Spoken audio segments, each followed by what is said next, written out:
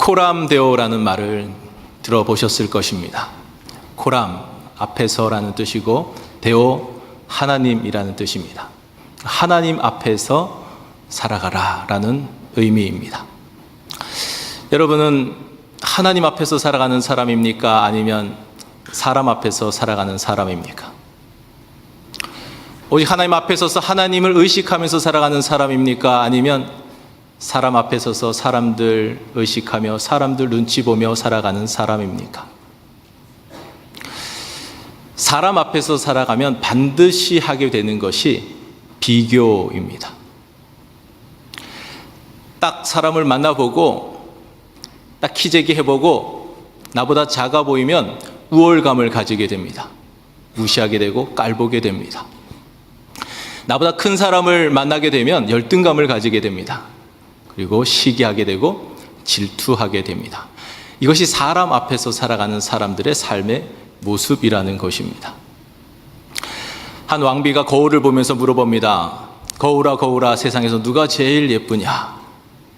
그야 당연히 왕비님이시죠. 잘 나가다가 강력한 경쟁자가 등장합니다.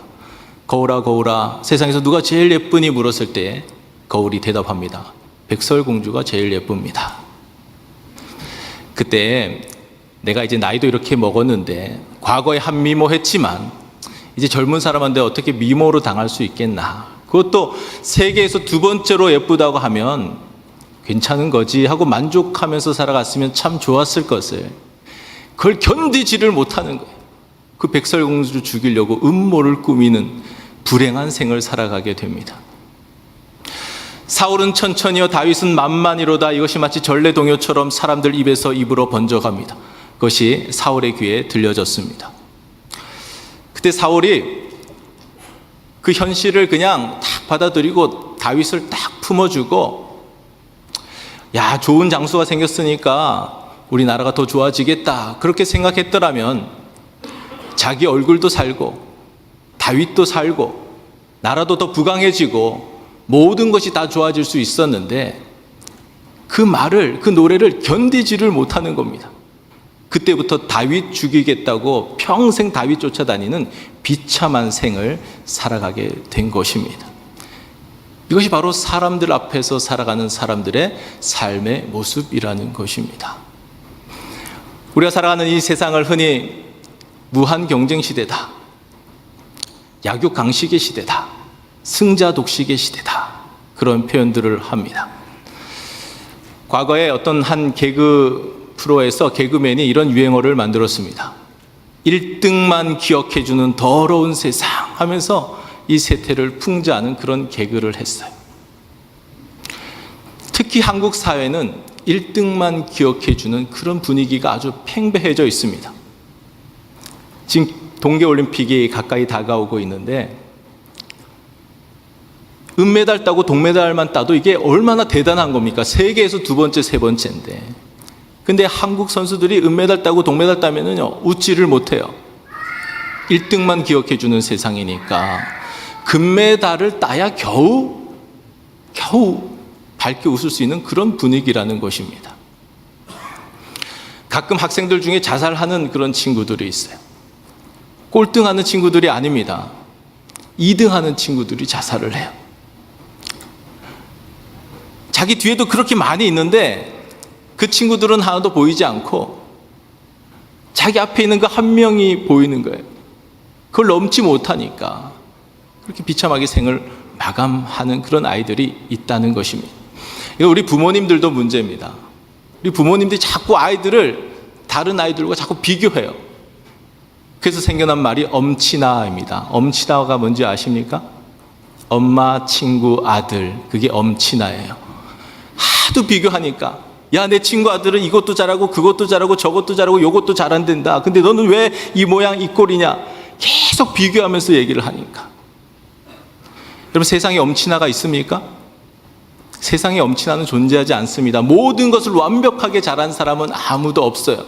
존재하지도 않은 엄친아를 우리 자녀들에게 갖다 대고 비교하면서 비참하게 살아가는 우리의 불행한 자녀들이 있을 뿐입니다. 80점 받아오면은 잘한 거잖아요. 외국의 부모들은 잘했다고 칭찬해 주는데 80점 받아오면 이걸 점수라고 받아왔냐 하면서 혼내요.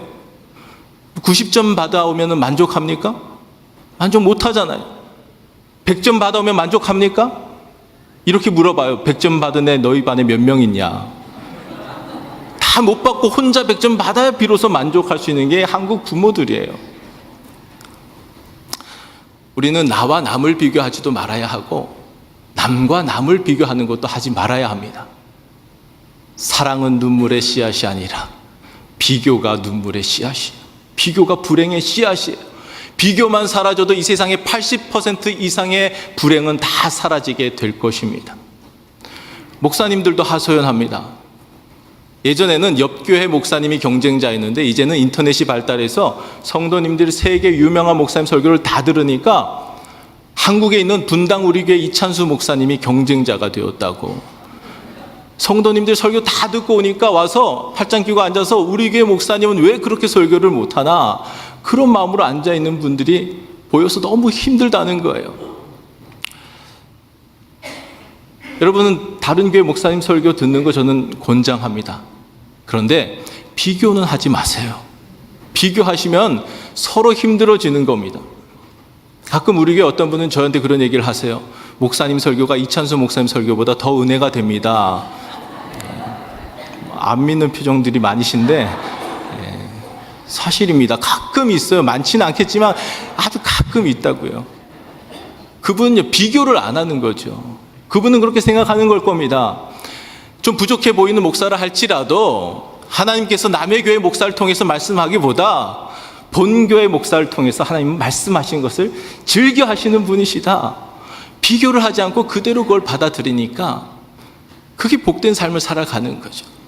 그분은 얼마나 이 자리에 나올 때마다 기쁨으로 나오겠습니까? 사모하는 마음으로 나오겠습니까? 마음을 열고 귀를 열고 하나님이 지금 나에게 말씀하신다 하고 들으니까 그게 은혜가 된다라는 것입니다. 그럼 비교가 사라져야 돼요. 비교가 우리를 불행하게 만드는 것입니다.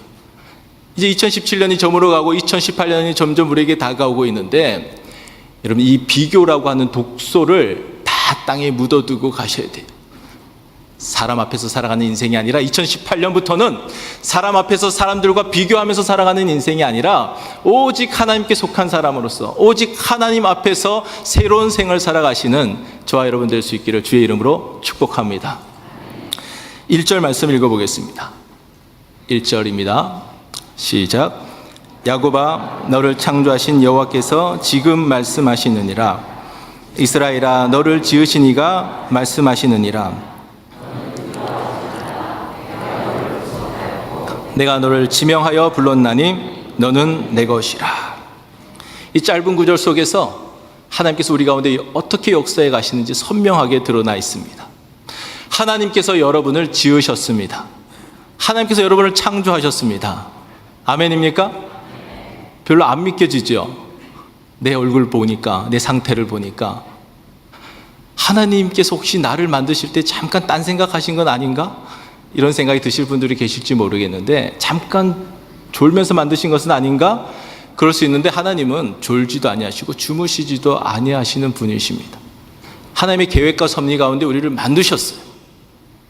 사람들은 나를 볼 때 색안경을 끼고 좀 이상하게 볼 수 있지만 하나님은 나를 보실 때에 4절의 말씀처럼 너무나 보배롭고 존귀하게 여기시는 거예요.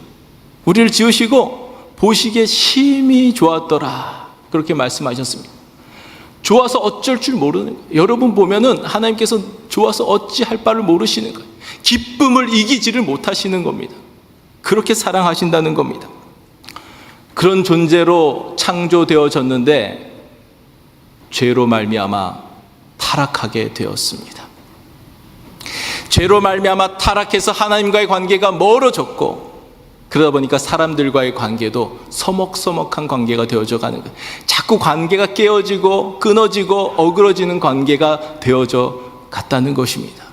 그래서 함께 합력하여 선을 이루어갈 사람들이 아니라 더불어 사랑하며 살아가야 할 존재들이 아니라 서로 경쟁하고 서로 미워하고 질투하고 살아가는 그런 세상으로 바꾸어 놓았다는 것입니다. 이렇게 살아가는 것을 보실 수가 없으셔서 예수님께서 하늘 영광을 버리고 이 땅에 오신 것입니다. 구속하시려고, 건져주시려고, 회복시키시려고 예수님께서 오셨다는 것입니다. 여러분, 죄는 굉장히 집요합니다. 죄가 여러분의 인생을 망가뜨리려고 얼마나 집요하게 여러분에게 다가오는지 모릅니다. 그것이 시편 1편에 잘 나타나 있습니다. 복 있는 사람은 악인의 꾀를 따르지 아니하며 죄인의 길에 서지 아니하며 오만한 자의 자리에 앉지 아니하고. 이 동사를 잘 보셔야 돼요. 처음에 따라갑니다. 거기에 서버립니다. 거기에 주저앉아 버립니다.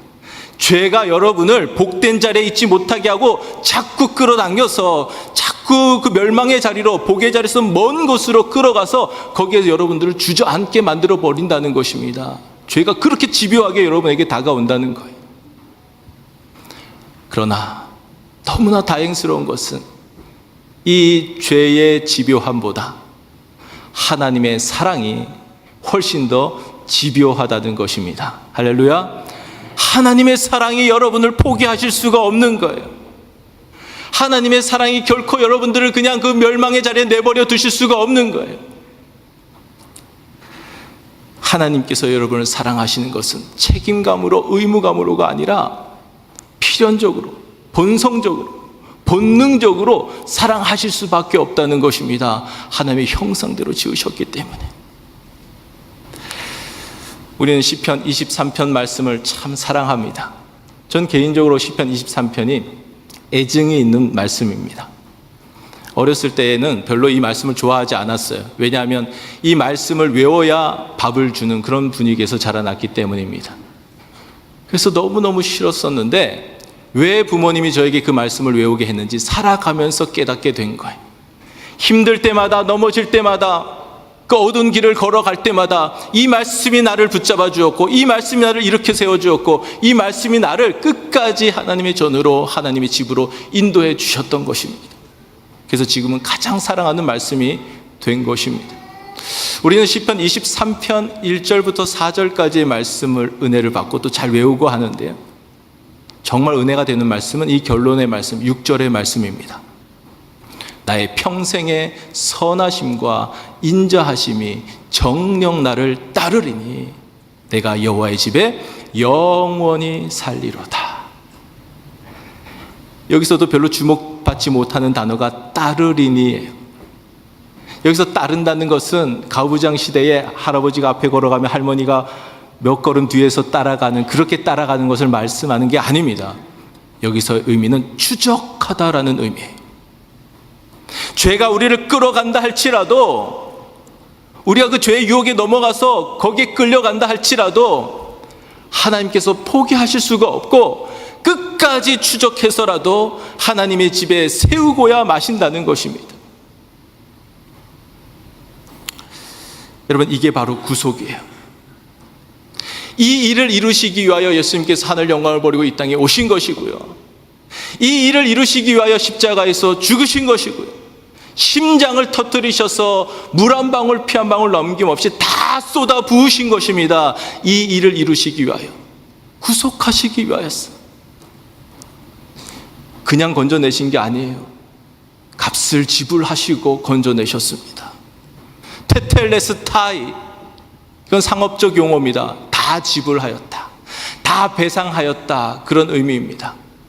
처음 우리를 지으실 때는 말씀으로 지으셨지만 죄에 물들어서 타락한 우리를 다시 건져내실 때에는 값을 치르고 건져내셨다는 거예요. 무엇으로 값을 치르셨습니까? 예수님의 몸으로. 어디에서요? 십자가에서. 그렇게 구속하시고 하시는 말씀이 바로 내가 너를 지명하여 불렀나니 너는 내 것이다. 너는 내 것이다. 한때 모래시계라고 하는 드라마가 열풍이었습니다. 여러분 가운데 보신 분들도 많이 있으실 겁니다. 이게 별명이 귀가시계라는 별명이 붙을 정도였어요. 보통 드라마는 여자분들이 많이 보시는데 이 드라마는 특이하게도 남자들이 열광했던 그런 드라마였습니다. 그래서 그 시간만 되면은 거리가 한산해지고 술집이고 뭐 밤 장사, 이게 아무것도 안 될 정도였어요. 그 드라마에서 그 멋진 남자 배우가 여자 주인공에게 이렇게 말합니다. 이런 식으로 하면 널 가질 수 있을 거라 생각했어. 넌 내 여자니까. 이게 잘생긴 배우가 하니까 명대사가 되는 거지, 제가 하니까 얼마나 어색하고 썰렁합니까? 저기 청년들이 있는데 멋진 교회 오빠가 기타도 잘 치고 안경 쓰고 멋진 그런 교회 오빠가 와서 야, 너 내 거다. 그래야 이게 심쿵하고 마음이 설레이는 것이지, 무섭게 생긴 아저씨가 와가지고 너 내 거다 그러면 스토커로 신고당하는 겁니다. 지금 너는 내 것이다 말씀하시는 분이 누구십니까? 하나님이십니다. 오늘 1절 말씀을 다시 잘 보시면 지금 말씀하신 하나님께서 지금 종의 입술을 통하여서 하나님이 직접적으로 말씀하시는 겁니다. 지금 말씀하신대요. 너는 내 것이다. 너는 내 것이다. 너를 내 것이 되게 하려고 내가 어떤 일을 행하였는지 아느냐? 너를 내 것이 되게 하려고 내가 내 아들을 이 세상에 보냈단다. 너를 살리려고 내 아들을 죽였단다. 너를 살리려고, 너를 내 것이 되게 하려고 내 아들의 기도를 외면할 수밖에 없었고, 너를 살리려고, 너를 내 것이 되게 하려고 십자가에서 나의 하나님 어찌하여 나를 버리셨나이까 절규하는 그 사랑하는 독생자 아들의 그 절규를 외면할 수밖에 없었단다. 너를 내 것이 되게 하려고.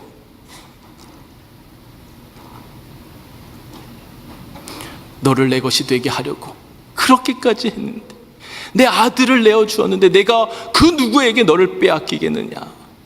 어디까지라도 가서 내가 너를 다시 찾아서 너를 추적해서라도 너를 붙잡아서 다시 내 집에, 내 영원한 집에, 내 영원한 나라에 세우고야 말 것이니라. 이것이 여러분을 향한 하나님의 절절한 마음이라는 것입니다. 2절 말씀 같이 읽어보겠습니다. 2절 시작. 내가 물 가운데로 지날 때에 내가 너와 함께 할 것이라. 내가 불 가운데로 지날 때에 타지도 아니할 것이요 불꽃이 너를 사르지도 못하리니. 하나님께서 함께 하시는 인생이 되면 어떤 삶을 살아가게 되는지 이 말씀에 잘 나타나 있습니다. 물 가운데로 지날 때에 물이 침몰하지 못한대요. 이 말씀을 딱 볼 때 떠오르는 장면이 있습니까?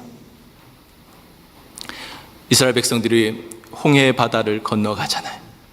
하나님께서 쫙 갈라주신 그 한가운데를 건너갑니다. 마치 절벽처럼 바다가 쫙 서 있는 거예요. 근데 그 물이 침몰하지를 못하는 겁니다. 왜요? 하나님께서 그들과 함께 하시기 때문에. 하나님께서 딱 잡고 계시는 거예요. 물이 그들 침몰할 수 없도록. 이스라엘 백성들이 다 건너가고서야 이 애굽의 말탄자들이 이스라엘 백성들 죽이겠다고 따라옵니다.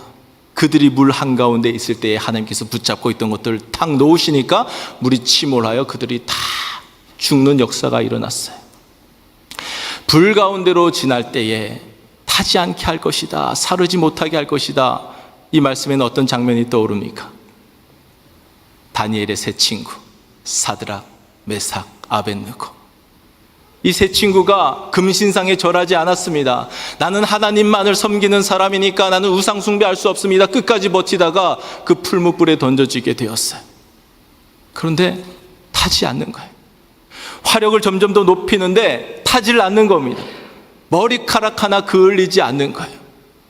밖에서 보니까 세 사람이 있는 것처럼 보이는 것이 아니라 네 사람이 있는 것처럼 보여집니다. 한 분이 누구십니까?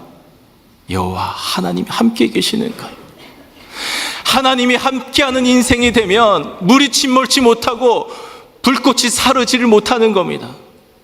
하나님이 함께 하시는 인생이 되면 그 누구도 그 무엇도 여러분을 해칠 수가 없는 것입니다. 사망의 음침한 골짜기를 다닐지라도 해를 두려워할 필요가 전혀 없는 거예요. 왜요? 하나님께서 함께 하시기 때문입니다. 여러분은 하나님께 속한 사람입니다. 발을 땅에 디디고 살아가지만 여러분의 소속은 하늘입니다. 믿습니까? 왜 그렇게 하셨는지 7절에 그 이유가 잘 나타나 있습니다. 7절 말씀 같이 읽어보겠습니다. 7절 시작. 내 이름으로 불려지는 모든 자,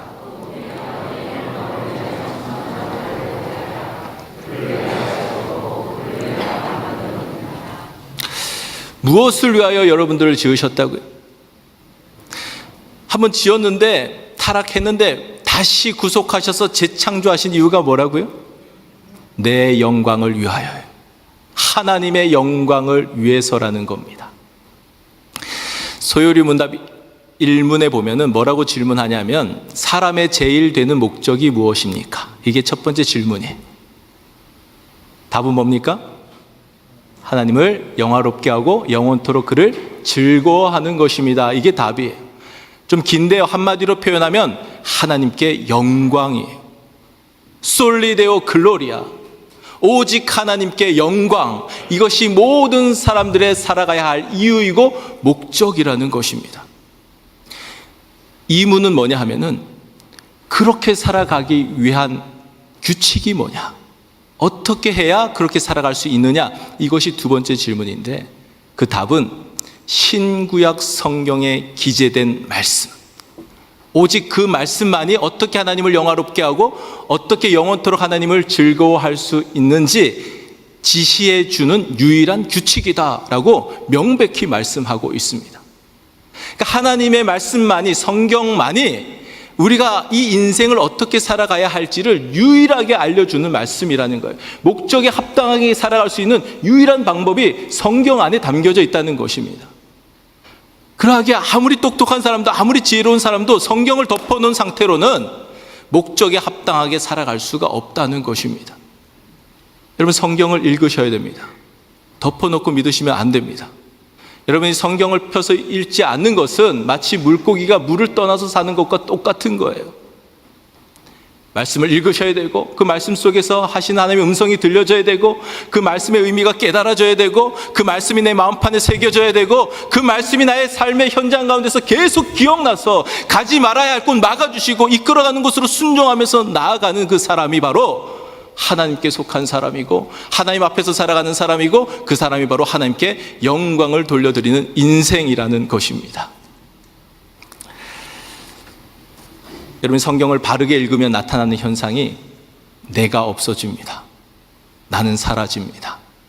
그리고 다른 사람이 보이기 시작합니다. 여러분, 이건 당연한 거예요. 키에르케고르가 이 성경에 대해서 정의하기를 이렇게 말했습니다. 하나님께서 우리 인간에게 보내신 연애 편지이다. 하나님이 우리를 어떻게 사랑하시는지 절절한 고백이 담겨져 있는 것이 이 성경책이라고요. 그 성경책을 읽을 때 하나님이 나를 어떻게 사랑하는지, 내가 누구인지, 내가 무엇을 해야 하는 존재인지 여기서 다 발견할 수가 있는 것입니다. 뿐만 아니라 뭘 깨닫게 되느냐면 나를 이처럼 사랑하시는 하나님께서 저 사람도 그 사람도 사랑하신다는 것이 깨달아지는 거예요. 하나님께로 점점 가까이 나아감으로 하나님의 마음으로 채워져서 하나님의 눈으로, 하나님의 시선으로 보니까 사랑할 수 없었던 사람이, 인간적으로 사랑할 수 없었던 사람이 사랑스럽게 여겨지기 시작하는 거예요. 여러분이 성경을 읽는데 이런 현상이 나타나지 않는다면 그런 사람들 향하여 노만 고트발트는 이렇게 말합니다. 당신은 확신하셔도 좋습니다. 성경을 잘못 읽고 있다는 확신 말입니다. 백독해도 소용없어요. 내가 없어지지 않고 사람들이 보여지지 않는다면 백독해도 아무 소용없다고요. 성경을 많이 읽는 것도 좋은 것이지만 더 중요한 것은 바르게 읽는 것이 중요하다는 것입니다. 이 마지막 이야기 하나를 하고 마치려고 합니다. 한국 뉴스에도 나왔던 것이라서 유명한 이야기가 되어서 아시는 분도 있으실 것입니다. 조지 클루니라고 하는 유명한 배우가 2013년 어느 날 14명의 친구를 불러 모아서 거기에서 가방을 하나씩 다 선물해 줍니다. 그 가방을 열어보니까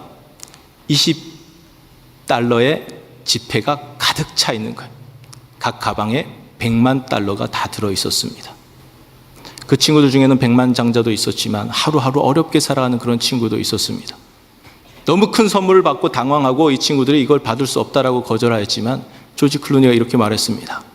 내가 빈털터리로 이곳에 왔을 때, 내가 무명 시절로 그렇게 어렵게 살아갈 때 너희들이 나를 돌보아 주었고 너희들의 집에 나를 초대해 주었고 내가 너희들의 집에서 소파에서 내 피곤한 몸을 누이면서 살아올 수 있었단다. 내가 오늘 이렇게 된 것은 너희들의 도움이 있었기 때문이기에 감사하는 마음으로 작은 담내하는 것이니까 기쁨으로 받아주었으면 좋겠다 하고 준 거예요. 몇 년이 지난 최근에 얼마 전에 그가 가지고 있던 회사를 팔았는데 10억 불에 팔리게 되었습니다. 여러분, 이 이야기를 들으면서 여러분에게 떠오르는 생각은 어떤 생각입니까? 여러분이 갖지 말아야 할 생각 두 가지와 가져야 할 생각 한 가지를 알려드리겠습니다. 내 주변의 조지 클루니는 누구인가? 누가 돈다발을 들고 나에게 다가올 것인가? 이건 품으면 안 되는 마음이에요. 여러분이 조지 클루니처럼 살아가야 되겠다 이런 생각을 가져야 되는데, 야, 이거 잘 베풀었더니 100배로 돌아오네, 100배로 축복받아야 되겠네, 그런 마음으로 하는 것도 바람직한 마음은 아니라는 것입니다. 물론 하나님은 그렇게 살아가는 사람들에게 하나님께서 축복해 주시는데요, 그건 하나님의 관심사고 하나님께서 하실 몫으로 남겨두고, 우리의 마음은, 우리가 품어야 할 마음은, 우리가 해야 할 생각은 그냥 내게 주어진 것들 나누면서 살아가야지. 하나님께서 주신 것들인데 나누면서 살아가야지. 여러분, 이런 마음으로 살아가는 사람이 복 있는 사람이에요. 우리는 자꾸 복을 자꾸 기복주의적으로 생각해서 뭘 받아야 복으로 생각하는데요, 나눌 수 있는 마음을 가지고 살아가는 사람이 복 있는 사람인 것이고요, 나눌 수 있는 마음이 없는 사람은 복 없는 사람이에요. 아무리 많이 가지고 있다 할지라도 주는 것이 받는 것보다 복이 있다, 성경은 분명하게 말씀하십니다. 콩 한쪽 가진 사람이 반쪽 나눠주는 것이 쉽겠습니까? 아니면 1000개의 콩을 가진 사람이 1개 옆 사람에게 나눠주는 것이 쉽겠습니까? 이쪽이 훨씬 쉬워요. 여러분, 나누는 사람들 한번 주변에 잘 보세요. 많이 가진 사람이 나눕니까? 그런 경우도 간혹 있지만 더 많은 경우는 가지지 못한 사람들이 가진 것 중에서 나누는 경우들을 많이 보게 됩니다. 작은 것을 나눌 줄 모르는 사람은요, 많이 가졌을 때 나눌 줄을 몰라요. 나눌 수가 없어요. 점점 욕심 덩어리로 채워져 가면서 점점 더 많은 게 보여지는 거예요. 1000개를 가지면 10,000개 가진 사람이 보여지는 거예요. 내가 10,000개를 가지면 내가 그때서야 나누겠습니다라고 생각하는 사람은요, 10,000개 가지면 10만 개가 보여지는 거예요. 점점 가지려고 하는 것이 한이 없는 인간의 욕심이라는 것입니다. 가끔 저희가 흐뭇한 마음이 들 때가 언제냐 하면, 성도님들 사이에서 어떤 분이 어려운 일을 당하셨어요. 그런데 그 어려움을 돌아보면서 찾아가시는 분들이 있다는 이야기를 들어요. 뭘 가서 대단한 걸 해주는 것도 아니에요. 도와준 분이 얘기하는 것도 아니에요. 받은 분이 저에게 와서 얘기를 해주세요. 제 마음도 흐뭇한데 하나님의 마음이 얼마나 흐뭇하실까, 그런 생각을 합니다. 그리고 저절로 축복 기도가 나와요. 하나님, 저런 분에게 더 채워주셔야 됩니다. 그래서 우리 교회 가운데 더 나눔이 풍성하게 일어나야 합니다. 그래야 우리 교회가 천국 같은 교회가 될 수가 있습니다. 하나님, 더 복 주세요. 더 넘치도록 채워주세요. 저절로 기도가 나온다고요. 하나님 앞에서 살아가는 사람은 이 세상의 것들에 얽매이지 않습니다. 나에게 주어져 있는 것들 내 거라고 하나님 앞에서 우기지 않아요.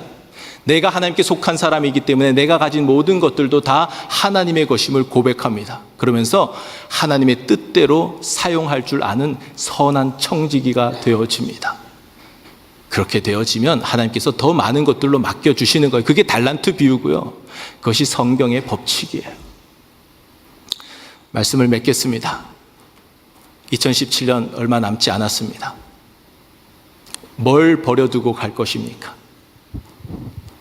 비교하는 마음, 나와 남을 비교하는 마음, 다른 사람과 다른 사람 비교하는 마음, 사람 앞에서 살아가는 모든 것들, 더 나아가 누군가가 나를 비교하면서 나에게 경쟁해 오는 것들, 그런 모든 것들도 다 내려놓고 에너지를 엉뚱한 데 소비하지 말고 오직 하나님 앞에 서서 코람데오의 마음을 가지고 너는 내 것이라 말씀해 주시는 그 하나님 앞에서 하나님께 속한 사람으로서 하나님의 말씀대로 살아가는 가운데 하나님의 영광을 드러내면서 살아가실 수 있는 저와 여러분 될 수 있기를 주의 이름으로 간절히 축원합니다.